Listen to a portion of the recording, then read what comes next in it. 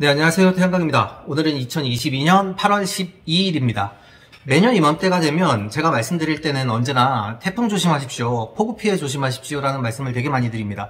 요번에는 중부지방, 서울이나 중부지방 쪽으로 태풍 피해들, 폭우 피해들이 많이 나타나고 있는데, 사실 언제 어느 쪽으로 나타날지 모르다 보니까 발전소에 대해서 점검을 좀 하시는 게 좋고, 보험이나 여러 가지 보안 대책이 안 돼 있으시다면 재산 가치가 한 번에 날아갈 수도 있는 부분이다 보니까 조금 걱정이 되시는 분들이 있으시다면 보안 대책을 조금씩은 마련해 놓는 게 좋지 않으실까 싶습니다. 먼저 이번 주 시장 상황 한번 살펴보고 이야기를 나눠보려고 하는데요. 폭우 피해를 받으시면 발전소에 대해서 종합적인 점검들을 하는 경우들이 있습니다. 발전소에 대해서 전체적으로 출력이 많이 저하됐다면 점검들을 하시는 게 좋고, 발전소를 제대로 지어놨다면 사실은 이런 걱정이 없어야 정상인 거죠. 그런데 인근 발전소와 똑같은 발전량이 나와야 되는데 터무니없이 20% 30% 이상 출력 저하되는 데들이 있다면 한 번쯤 점검을 해보시는 게 맞을 거라고 생각이 됩니다. 이번 주 REC 현물 시장부터 한번 알아보도록 하겠습니다. 현물 금액이 62,000원, 63,000원대까지 올라가고 있고, 그러다 보니 발전사들이 REC를 구하지 못한다라는 뉴스 기사거리도 조금씩 나오고 있습니다. 그런데 저는 뉴스를 있는 그대로만 보지 않다 보니까 왜 지금 이런 이야기가 나오지? 라는 생각들을 조금 하고 있고, REC 공급 물량들이 발전사들이 자체적으로 처리해야 되는 물량에 대한 조정이 없다면 REC를 의무 매입해야 되는 게 맞는데, 하반기까지는 그런 이야기가 나오지 않을까라고 생각을 하고 있습니다.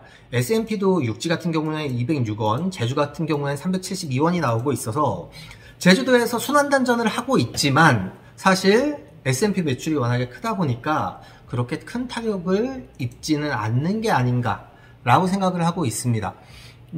당연히 S&P와 REC의 금액들에 따라서 발전소의 매출들은 많이 차이가 나다 보니까 발전량은 차이가 그렇게 안 나더라도 S&P의 변화에 대해서 민감할 수밖에 없죠.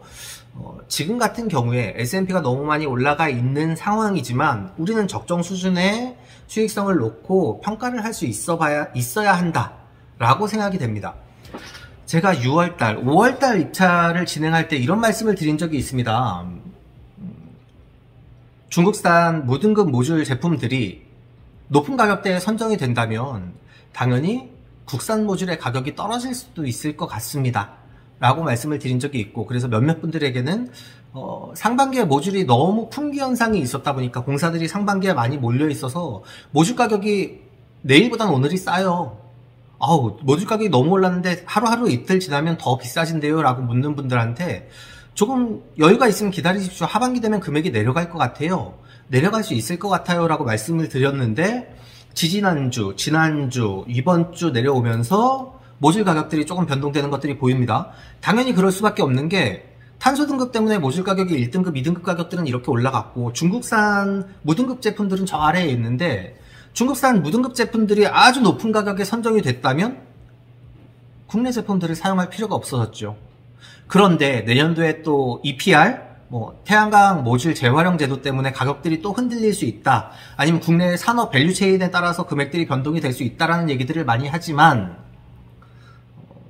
항상 흔들립니다. 오르락 내리락. 현물 시장도 마찬가지고 모듈 가격도 마찬가지고 시장 자체의 모든 금액들이 오르락 내리락 하지만 장기적인 목적성을 어디에 두고 가고 있는지를 명확하게 판단하신다면 사실 흐름을 조금 더 제대로 잡으실 수 있을 것 같고, 지금 같은 때에 어떤 분양물건 홍보자료를 봤더니 판매 가격이 290원 이렇게 적어 놓으셨더라고요. 현물 금액 6만원대, 그리고 S&P 200원에서 260원대 판매가 가능하다. 그래 놓으면 수익성이 너무 크게 나타나겠죠. 그런데 그것들이 20년 동안 보장이 되는 금액이 아니다 보니까 조금 조심하셔라. 사업에 있어서 제가 수익성을 분석할 땐 미니멈으로 잡아드리고 있습니다. 미니멈으로 잡고 들어왔을 때 맥시멈으로 더 높은 수익들이 나올 수 있다면 그건 즐기시면 되지만, 맥시멈의 기준들을 가지고 공사 비용들을 투자를 하시고 투입을 하셔서 나중에 매출이 더 작게 나온다면 사실은 보완이 어려운 부분들이 있거든요. 지금 태양광 발전소를 운전하시는 분들 중에도 사실은 매출이 그렇게 높지 않은 분들도 많습니다. 발전량이 많아져서 매출이 늘어나는 건 좋겠지만 고정가격 계약 금액들이 낮거나 아니면 작년, 재작년에 정말 12만원대 계약이 선정되신 분들은 정말 가슴 아픈 시간들을 보내고 계실 거거든요. 그러다 보니 조용히 우리가 즐길 수 있는 부분들은 최대한 즐기시되 지금 신규로 들어오시는 분들은 조금 조심할 필요가 있다. 제가 항상 정책에 대해서 말씀을 많이 드립니다. 이후의 내용들은 제 개인적인 내용들과 정책적인 내용들이 조금 포함이 되어 있다 보니까 신세한탄 같을 수도 있고 태양광 정책도 마찬가지입니다. 우리가 정책을 가지고 언제나 신뢰성을 가지고 장기적인 안정성을 보고 들어가야 되는데 그러지 못하는 부분들이 너무 안타깝다라는 말씀을 많이 드렸고 S&P나 REC가 이렇게 변동이 되는 것들을 시장에서 정책적으로 만들어 놓은 제도 때문에 움직인다면 그 제도를 믿고 사업에 들어오신 분들은 어려움이 있지 않겠습니까? 라는 얘기를 많이 드렸습니다. 2017년도에 저희 아파트, 제가 살고 있는 아파트가 침수 피해를 입었습니다. 충청북도 청주시에 처음으로 지상에 차 없는 아파트로 분양을 했었고 그렇기 때문에 지하 1층, 2층 모든 주차장들이 지하에 들어가 있었습니다. 그랬는데 폭우가 내려서 지하실이 잠긴 거죠. 전기실도 지하실에 있어서 전기랑 수도가 모조리 끊겼습니다. 그래서 주택에 사시는, 아파트에 계시는 분들은 모두 이재민이 된 거죠. 집에 들어갈 수도 없고 전기 수도가 하나도 안 올라오고 15층까지 올라갈 수도 없고 생활 식수도 없었다 보니까 지하주차장이 몰창 잠겼다 보니까 피해가 이만저만이 아니었습니다. 이때 당시에 청주시의회, 시장, 국회의원 그리고 그때 당시에 총리님께서도 오셨던 걸로 기억을, 제가 여기 임원으로 활동을 했다 보니까 오셨던 걸로 기억이 나는데 모두 다 재발방지 대책에 대해서 입을 모아 얘기를 했습니다. 그리고 예산을 이만큼 책정을 해서 이렇게 할 거다. 그때 선거철이 이바지에 있다 보니까 선거에 참여하시는 분들도 재발방지 약속을 엄청나게 했었죠. 그런데 그저께 그 아파트에 또 물이 찼습니다. 이렇게 물이 차서 물이 너무 많이 찼어요. 그래서 여기가 들어가는 입구인데 아파트 들어가는 입구에 물이 이만큼이 찬 겁니다. 예년과 같은, 예년보다 더한, 비는 더 많이 오지 않았습니다. 그런데 아파트는 그거보다 더 심하게 침수가 될 뻔한 거죠. 그런데 입주민들이 이렇게 차수벽을 설치해서 이 차수벽을 설치하는데 2,500만 원 정도의 예산이 들어갔습니다. 옆에 조적공사 하는데 160만 원 정도가 들어갔고요. 그래서 20억 이상의 피해를 막을 수가 있었습니다. 335 나와서 입주민분들이 같이 함께 해주셨고 모래주머니를 쌓아서 침수를 막았습니다. 지금 2022년도에 이렇게 바가지로 물 퍼내는 게 말이 되냐라고 얘기를 함에도 불구하고 입주민들이 하나하나 모여서 같이 힘을 보태서 피해를 예방할 수가 있었죠. 그런데 저희가 답답한 건 그겁니다. 이곳에 피해 예방을 위해서 지자체에서 5년 동안, 2017년 이후에 2022년 동안 5년 동안 이 일대에 투입된 치수 예방 사업의 예산이 440억이랍니다. 어제자 KBS 뉴스를 기준으로 금액을 산출을 해서 말씀을 드리는 겁니다.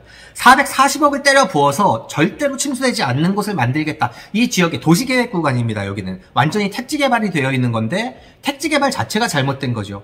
배수공사 자체도 잘못된 거고, 그래서 수십억, 수백억의 피해를 입혔는데 다시 440억을 투자를 해서 이런 피해가 나지 않겠다라고 얘기를 했지만 또다시 침수가 된 겁니다. 그 440억은 어디로 간 겁니까? 지금도 공사를 했는데 76%밖에 공정률이 진행이 되지 않았기 때문에 어쩔 수 없이 또다시 침수가 일어났다라고 얘기를 하고 있는 겁니다. 5년의 시간이 짧았던 게지요. 5년 가지고는 할 수가 없었다는 게지요. 440억의 예산을 들여서 5년간의 시간을 들였지만 이 피해를 다시 예방할 수 없었다라는 얘기가 되는 겁니다. 이런 행정이 저는 답답하고 말이 안 된다라고 생각을 하는 겁니다. 왜 매년 그런 것들이 반복이 되고 왜 예방할 수 없냐라고 얘기를 하는 겁니다. 이렇게 답답한 일들이 계속 반복돼서 일어나다 보니까 저희가 정책적인 내용들을 믿지를 못하고 반복되는 이야기들 때문에 지자체에 민원을 제기하고 항의를 하는 겁니다. 할 수 있는데 하지 않는 거고 제도와 정책을 믿고 우리가 두 발 뻗고 잠을 잘 수가 없다라는 얘기인 거죠. 두 번째 제가 한탄하고 싶은 얘기는 제가 세종시에 마련한 저희 회사 사옥입니다. 물론 건물 두 채를 다 샀다는 얘기가 아니라 이쪽에 지식산업센터로 입주해 있는 거고 저희는 558개 호실의 기업들이 들어와서 사업을 영리할 세종특별자치시의 첫 번째로 분양한 지식산업센터입니다. 이 건물을 분양할 때 이야기가 되게 많았죠. 세종에 처음으로 들어오는 거고 하다 보니까 기업들 이전도 많이 있으셨고 준비를 하신 분들도 많습니다. 그리고 공장형 오피스다 보니까 공장이 입주를 들어와서 사업 영위를 할 수 있다, 제조업을 할 수 있다, 공장 등록이 가능하다라고 해서 부푼 기대를 안고 입주를 했습니다. 입주를 해서 이사를 하는데 이삿짐 차가 저는 화물차, 1톤 화물차 2개, 간단하게 짐을 나르면 돼서 2개를 보냈는데 지하 주차장에 들어갈 수가 없답니다. 왜 들어갈 수가 없어요? 지하에 들어가시면 거기에 화물용 엘리베이터가 있고 화물 하치장이 있습니다. 우리 건물은 공장형 오피스이기 때문에 지하에 화물 하치장을 이용을 하시면 이사하기가 편리할 겁니다 라고 말씀을 드렸는데 지하 주차장 출입 높이가 2.3m랍니다. 일단 관리사무소에 들어가서 도면을 봤죠. 준공도면을. 그랬더니 2760으로 되어 있는 겁니다. 그래서 공사계획 신고, 세종시청에 공사계획 신고 도면이랑 사업 허가 도면에 대한 정보공개 청구를 했습니다. 그랬더니 출입 높이가 2760인 겁니다. 마감면 기준. 단열재가 다 뿜칠까지 되어 있는 마감면 기준으로 2760에 인허가 준공 서류까지 떨어져 있는 겁니다. 준공도면도 2760으로 되어 있으니까요. 그래서 지자체에 항의를 했습니다. 왜 이게 2300밖에 안 되냐, 2760이 안 되냐라고 했더니 첫 번째 건축가 담당자가 처음 통화했을 땐 저한테 뭐라고 했냐 하면 2760이 됩니다. 안 된다고 했더니 증거를 대래요. 그렇죠? 아니 줄자 가지고 재보면 되니까 와라. 와서 나랑 같이 재보자. 2760이 안 된다. 저 같은 경우는 레이저 포인터로 이렇게 줄을 재는 게 있다 보니까 그걸 어떻게 근거를 대냐. 와서 봐라. 2620밖에 안 된다. 마감면 기준으로. 그랬더니 2760이 된답니다. 그래서 몇 달의 항의 끝에 담당자가 저희 벨리온을 방문을 합니다. 그래서 나가서 직접 줄자로 재봐라 했더니 2760이 안 되죠. 2640까지 된답니다. 지들 말로는. 그래서 그럼 이게 왜 그러냐라고 했더니 처음엔 처진 거랍니다. 준공하고 6개월이 지났으니까 콘크리트가 쳐져서 2620밖에 40밖에 안 되는 거래요. 그래서 제가 6개월 동안 콘크리트 건물이 12층 건물이 그만큼 쳐졌다면 이건 쳐진 게 아니라 무너지는 거다. 말이 되는 소리를 해라. 서면으로 답변을 줘라라고 얘기를 했더니 이분이 또 다시 서면 답변을 온 건 뭐라고 왔냐 하면 건축법에는 1m 이내의 가감에 대해서는 일괄 처리로 준공 처리를 할 수 있다라고 얘기를 하는 겁니다. 그러면 2760에 허가가 났는데 1760 이상만 공간이 확보되면 준공이 된다는 얘기겠죠. 그런데 안으로 들어가 보면 3m가 넘습니다. 이 옆에 화물 엘리베이터 공간이 있고요. 입구 때문에 못 들어오는 거예요. 화물차를 사용할 수도 없고 공장을 이용할 수도 없습니다. 화물차가 적재에 짐을 이렇게 다 내려야 들어올 수가 있는 겁니다. 조금만 올려놔도 2300밖에 안 돼요. 출입 높이가. 담당자들이 이렇게 책임없게 이야기를 하는 겁니다.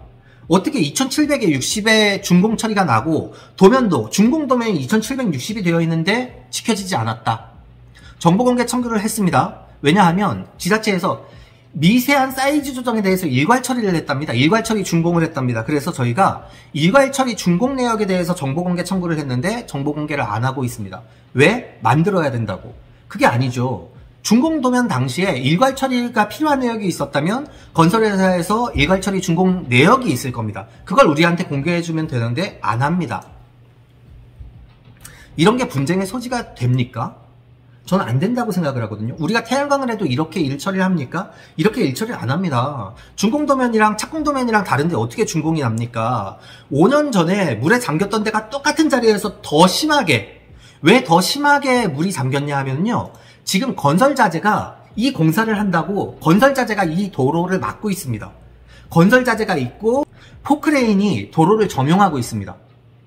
장마철인데 5년이 지났는데도 아직도 안 끝나고 내년 7월까지 준공하는 게 목표랍니다. 늦어지면 내년도 불안한 거죠. 올해 또 내년에 또 우리는 침수될 수 있는 여지를 안고 살아가는 겁니다.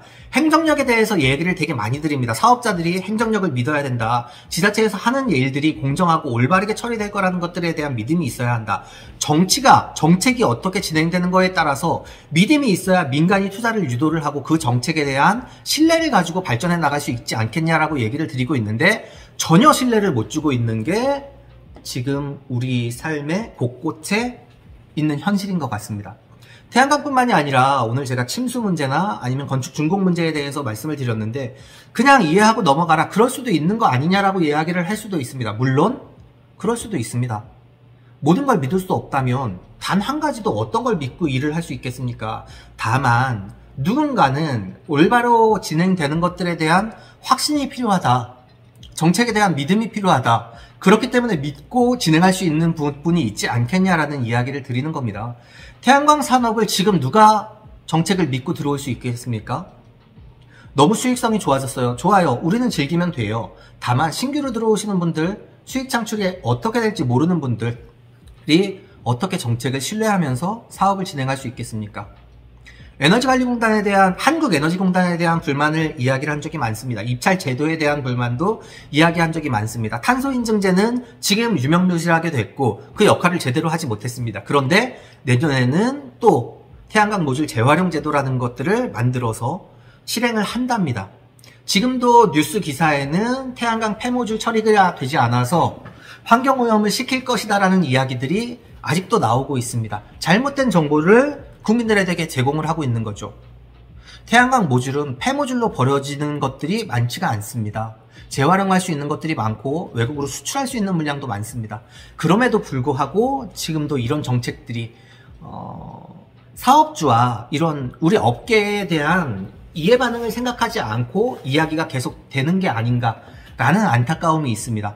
지금도 저는 그렇게 얘기를 하고 있는 거죠. 내년도에 농업인 태양광 정책 지원 사업 아니면 건축물 상부에 저리 융자를 위한 정책 지원 사업이 있겠습니까? 그 예산이 올해가 같이 책정이 될 수 있을까요? 라고 묻는다면 저는 어려울 거라고 생각을 합니다. 불신만 가지고 있는 게 아니라 믿을 수 없게 만든다고 생각을 하기 때문이죠. 하반기에 입찰 물량이 얼마나 나올 것이냐 말 것이냐 저는 안 나올 수도 있을 겁니다 라고 말씀을 드린 적이 있고 지금처럼 된다면 발전 자회사가 RPS 보급 물량을 맞추지 못할 것이다. 그렇기 때문에 2030년에 30%로 목표로 개정이 됐던 걸 다시 20%로 낮춘다는 게 의미가 있는 게 아니라 발전 자회사가 REC를 살 필요가 없어질 것 같다. 그런 걱정이 됩니다. 라는 말씀을 드렸습니다. 오늘은 약간 좀 신세한탄하듯이 저의 이야기를 많이 드렸는데 이렇듯이 정책에 대한 신뢰가 없으면 사업자들이 정책을 신뢰하고 알고 갈 수가 없다라는 말씀을 드렸고 공무원님들께 조금 더 올바른 행정을 위해 그 모든 분들이 제도를 만들 수 있지 않다는 걸 잘 알고 있습니다. 한두 분의 책임 있는 사람들이 결정에 따라서 많은 것들이 변할 수 있다는 것도 잘 알고 있습니다. 다만 태양광 사업이 지금까지 15년을 지나왔고 앞으로 점점 더 많은 시장이 형성이 될 거고 성장을 해나가야 되는 사업일 겁니다. 그런데 지금 이렇게 왔다 갔다 해서 신뢰를 주지 못하는 산업이 된다면 너무나 안타까움이 있다라는 생각 때문에 말씀을 드렸습니다. 오늘은 태양광 이야기보다 정책이나 산업에 대한 아니면 제도에 대한 제 신세한탄을 많이 했는데 끝까지 들어주셔서 감사합니다. 저도 이렇게 해방구가 있어야 조금 마음이 풀릴 것 같아서 이렇게라도 이야기를 드렸습니다. 오늘도 영상 끝까지 시청해주셔서 감사하고요. 다음번에는 태양광에 대한 유익한 정보가 있으면 함께 나눌 수 있도록 하겠습니다. 고맙습니다.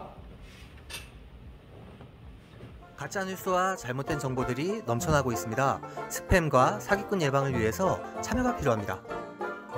첫 번째, 3개의 점을 눌러주세요. 두 번째, 신고를 클릭해주세요. 세 번째, 스팸 또는 오해 소지가 있는 컨텐츠를 선택하세요. 네 번째, 대량 광고 또는 사용자를 현혹하는 컨텐츠를 클릭하세요. 다섯 번째, 싫어요를 눌러주세요.